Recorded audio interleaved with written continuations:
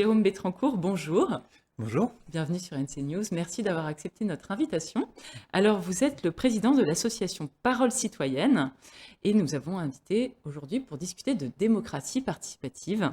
Alors, votre mouvement est né fin 2020, si je ne me trompe pas, et il s'est donné pour objectif de promouvoir la démocratie participative en Calédonie. La première question, c'est quelle est la genèse de ce projet? Comment en êtes-vous venu à créer cette association? Alors la jeunesse, c'est un peu comme tout le monde. Je pense que ça vient d'un constat que, après 30 ans de travail sur l'accord de Nouméa, en fait, on n'est pas vraiment arrivé à concilier les différents points de vue. Et comme on est un peu dans une forme d'urgence, parce que demain, il faut qu'on refasse société, que ce soit dans le oui ou dans le non, eh bien, évidemment, on s'est posé la question, mais comment on peut sortir de ce clivage? Et ce qui nous est apparu évident, c'est que la sortie de ce clivage, c'était de faire participer la société civile pour peut-être, j'allais dire, apaiser le débat entre les politiques. C'est-à-dire qu'on vient en complément de ces débats politiques, en fait. Et ça, est-ce que c'est l'idée, par exemple, du référendum de projet qui a été soufflé par Sébastien Lecornu qui vous a inspiré en vous disant peut-être qu'on peut prendre les manettes en tant que citoyen sur ce projet? Ah non, on était beaucoup plus précurseurs que ça, Ah que ça oui, fait, oui, oui, quand même. Non, je plaisante. Non, ça fait à peu près un an. Donc cette idée, elle a germé il y a un an. Donc effectivement, avant la consultation citoyenne de l'État, avant l'idée de référendum de projet, qui nous sert bien d'ailleurs, hein, puisque effectivement, post-référendum, donc peut-être le 12, il y a 18 mois qui sont prévus. Donc ces 18 mois nous allaient bien pour construire effectivement ce projet soumis à référendum. plus largement, il ne s'agit pas uniquement de ce projet, mais la vision plus globale, c'est de réformer la démocratie par la participation citoyenne aux politiques publiques. Ça va au-delà presque de ce projet citoyen pour l'après-référendum. Alors effectivement, c'est lié en fait, hein. Ce qui nous a aussi motivés, c'est qu'en cherchant cette solution, en ayant l'idée que la société civile pouvait participer à cette étape majeure de la vie du pays, et donc en recherchant ce qui se faisait à l'extérieur, on a bien vu que les démocraties effectivement étaient questionnées partout dans le monde, parce qu'elles ont du mal à répondre notamment à tous les défis environnementaux, sociaux, économiques auxquels les pays sont confrontés.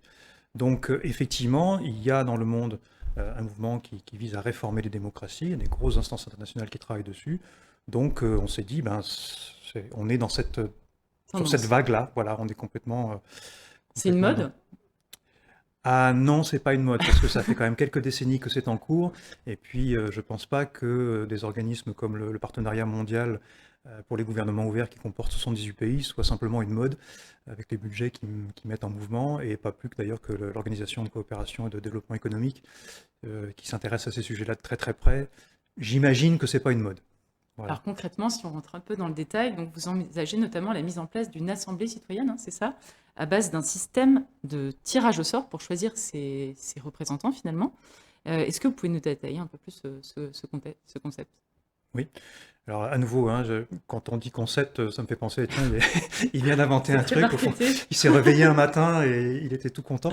Non, non, c'est plus qu'un concept, hein. Aujourd'hui, c'est une réalité, à nouveau, qui se pratique partout dans le monde. Alors cette réalité, laquelle est-elle? C'est simplement qu'effectivement, on va tirer au sort, donc choisir au hasard des gens dans la population. Le fait de choisir au hasard, ça a un objectif très précis. C'est parce qu'on veut que les gens impliqués dans l'Assemblée citoyenne soient des gens qui représentent toute la diversité de la population calédonienne, en l'occurrence. Et donc ces gens qui représentent toute cette diversité, donc toutes les visions du monde qui existent dans la société calédonienne, ils sont informés de manière contradictoire, c'est-à-dire qu'ils vont chercher l'information sur les sujets qu'on leur donne à traiter, vraiment tous azimuts. Et puis ensuite, on les fait délibérer entre eux, mais à l'aide de professionnels. Et grâce à ce processus, ça c'est un constat, c'est pas une idée, c'est un constat, on sait très bien que au bout de ce processus, les gens se seront connus mieux, se seront reconnus mieux, et sont arrivés à un consensus. Ça, c'est des choses qu'on a pu constater à travers le monde quand on a étudié comment se déroulaient et quels résultats produisaient les assemblées citoyennes. Donc quand vous dites représentatif de la population, c'est-à-dire qu'il y a une diversité d'hommes et de femmes, de catégories socio-professionnelles, de revenus, de métiers. C'est exactement ça. Si dans la population initiale, vous avez, je dis n'importe quoi, 55% de femmes et 45% d'hommes, cette proportion va se retrouver parmi les 150, si on prend 150 citoyens par exemple, parmi les 150 qui seront participants à l'Assemblée citoyenne. Même logique avec les ethnies, avec les catégories socio-professionnelles, etc., etc. Et sur quoi débouchent ensuite ces débats? Est-ce qu'il y a l'objectif de pouvoir participer un peu plus à l'élaboration des lois, à les voter? Quelle est l'étape suivante finalement? Alors, l'étape de l'Assemblée citoyenne, c'est effectivement de produire des recommandations sur tel ou tel sujet, donc on pourra peut-être revenir en détail là-dessus après. Et surtout, c'est que ces recommandations, effectivement, soient traduites dans les lois. C'est là toute la difficulté. C'est là que la difficulté peut résider. Mais là aussi, on a des solutions et on a des idées pour faire en sorte que ça soit mieux fait parfois que ça n'est fait ailleurs. Et comment ce système pourrait se mettre en place avec les élus? Est-ce que l'idée c'est de se substituer aux élus ou bien de travailler avec eux, finalement chacun un peu de son côté, de s'entraider? J'aime bien le terme, s'entraider, voilà. Donc on n'est pas du tout pour l'exclusion des élus, bien au contraire, on est pour collaborer avec les élus. Et c'est simplement pour apporter finalement aux élus, j'allais dire, des idées très larges qu'on peut puiser au sein de la population. Donc on est vraiment dans un esprit de collaboration. Qu'est-ce qui peut convaincre les élus de ça? Eh bien, c'est que c'est souvent, à terme, au bénéfice des élus. Parce que ces mécanismes reconstruisent de la confiance entre les citoyens et les élus. Et je pense que je ne vous apprends rien si je vous dis que un peu partout dans le monde, une certaine défiance vis-à-vis des pouvoirs politiques de la part des citoyens. Exactement. Alors, vous en êtes où au niveau de la création de votre association? Donc, vous avez notamment initié un sondage là, pour connaître l'opinion des Calédoniens sur le concept de démocratie participative. Vous en êtes où aujourd'hui dans ce sondage? Est-ce que vous avez déjà des premiers résultats? Oui, tout à fait. Donc, on l'a lancé il n'y a pas très longtemps, il y a 2-3 jours. On doit avoir à peu près 110 réponses. Et donc, l'objectif du sondage, c'est effectivement de savoir d'où on part, en fait. C'est-à-dire quel est l'état de connaissance, voire d'appétence de la population pour la démocratie participative et l'Assemblée citoyenne. Voilà, donc il est en cours de comment dire, de diffusion. On a une campagne qui est faite pour ça. On peut participer jusqu'à quand? Voilà, alors il devrait être effectivement dépouillé, grosso modo, début décembre. Et ça permettra d'avoir une image intéressante. Alors je précise que ce questionnaire a été fait par 2 chercheurs en sciences politiques. Donc là aussi, on ne s'est pas réveillé un matin. Et du coup, il est donc structuré en vue d'être exploité correctement et d'avoir une vraie signification. Et ça, c'est une première étape. Il y en aura peut-être une deuxième. Un deuxième sondage ou Oui, tout à fait. Parce que l'idée, c'est de mesurer l'évolution de la connaissance et de l'appétence par rapport à la démocratie participative, après qu'il y ait eu peut-être des actions et des choses comme ça. Voilà. Et vous avez des objectifs concrets à la fin de rendu? Qu'est-ce qui va se passer par exemple en 2022? Est-ce que vous allez participer à ce projet par exemple initié par Thierry Santa sur la grande consultation citoyenne? Est-ce que vous allez être intégré par exemple dans cette dynamique? Alors, une petite précision, en fait, c'est sur la base de nos propositions qu'effectivement le rassemblement s'est emparé de l'idée et je les en remercie parce que ça fait au moins un camp politique qui s'empare de ce projet-là. On souhaiterait que tous les camps politiques s'en emparent. Je précise qu'on est vraiment une association apolitique, on travaille avec tout le monde mais on reste à distance, à équidistance de tous les... de chaque groupe. Voilà, exactement, on est totalement neutre de ce point de vue-là. Donc on aimerait effectivement que ça se poursuive. Alors est-ce qu'on y sera intégré? Bien sûr on le souhaite. Et on le souhaite d'autant plus qu'on est persuadé, et ça aussi c'est démontré à travers le monde, que si c'est un parti qui s'empare du projet, évidemment les autres partis ont une bonne chance d'être contre. Donc il faut que ce soit la société civile qui porte ça, même si évidemment elle travaille avec l'ensemble des composantes politiques du territoire. Donc c'est plutôt une démarche dans l'autre sens, c'est de ça. Prendre la main et puis servir ce projet éventuellement aux politiques une fois qu'il a été Tout conçu. à fait. On est... Excusez-moi. Ouais, allez-y. Non, c'est parce que c'est un esprit aussi qui est important dans l'association. Donc je vous dis, on est en collaboration, mais on est aussi en co-construction. Il ne s'agit pas qu'on arrive avec notre mallette Assemblée citoyenne et qu'on la pose sur la table en disant tout est fait, il n'y a plus qu'à. C'est vraiment d'y arriver à cette Assemblée citoyenne à travers un processus de co-construction avec l'ensemble des partenaires, donc y compris les partenaires politiques.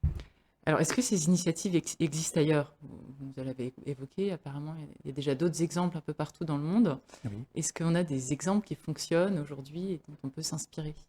tout à fait. L'OCDE a fait une étude sur à peu près 300 dispositifs dans le monde qui ont eu lieu dans les 20 dernières années. Donc évidemment, il y en a ailleurs. Mm.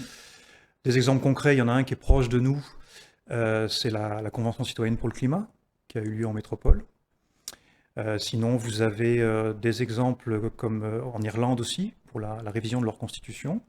Vous avez des exemples pardon, excusez-moi, je me suis trompé. En Irlande, c'était pour des questions très clivantes, justement, sur le mariage pour tous et sur l'avortement. Donc Oui. voilà, dans une société irlandaise très, très clivée sur ces sujets-là, ils s'en sont sortis, avec d'ailleurs des modifications de constitution, à travers des dispositifs participatifs de type assemblée citoyenne. Et en Islande, c'est là où il y a eu une révision enfin, où il y a eu une assemblée citoyenne a travaillé sur la révision de la constitution. Ça n'a pas abouti parce que les politiques ont bloqué. Ah, voilà. Voilà. C'était ma question suivante. Donc, vous avez déjà rencontré pas mal de groupes politiques, le Sénat coutumier aussi, je crois. Quel a été l'accueil finalement par rapport à votre projet? L'accueil, il est positif parfois, comme vous l'avez vu pour un certain camp politique. Il est parfois, comment dire, ambivalent. C'est-à-dire qu'il y a un intérêt, mais il y a en même temps une sorte de bouleversement de la culture classique qu'on a ou de l'idée classique qu'on a de la démocratie. Donc évidemment, ça provoque Un choc? voilà, un choc, c'est ça, un choc culturel, quelques réticences. Ceci dit, ça aussi c'est très très bien connu, puisque ça se passe partout comme ça dans le monde.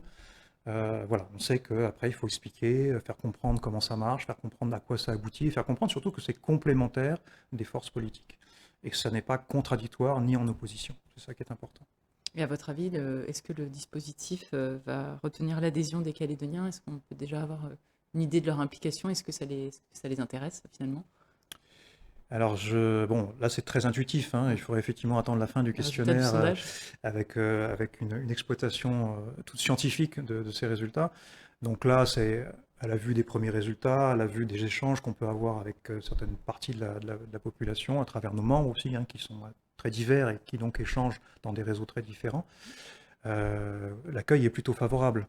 Il est d'autant plus favorable que beaucoup de gens aujourd'hui sont inquiets, ne savent pas comment on va s'en sortir, et que de plus en plus, les gens se disent, bah, c'est peut-être ça la solution. C'est peut-être ce qu'on appelle la troisième voie. Alors, je ne sais pas si c'est un parallèle heureux, mais en tout cas, c'est une autre façon de construire ensemble et qu'il faudra peut-être sérieusement envisager si on reste les uns contre les autres comme ça, ad vitam aeternam. Merci beaucoup. Est-ce qu'on peut trouver, une dernière question, est-ce qu'on peut trouver tous ces éléments, le sondage, les explications sur votre association? Okay. Alors, on a un site internet hein, dont l'adresse est nosavis.nc. Sur ce site internet, vous aurez sur la page d'accueil le lien vers le questionnaire. Donc après, il est libre d'accès et tout le monde peut le remplir. Et puis nous avons aussi une page Facebook que vous trouverez avec le même slogan, entre guillemets, c'est Nos vies, nos avis aussi. Merci beaucoup et Merci. puis à très bientôt sur NC News. Merci beaucoup.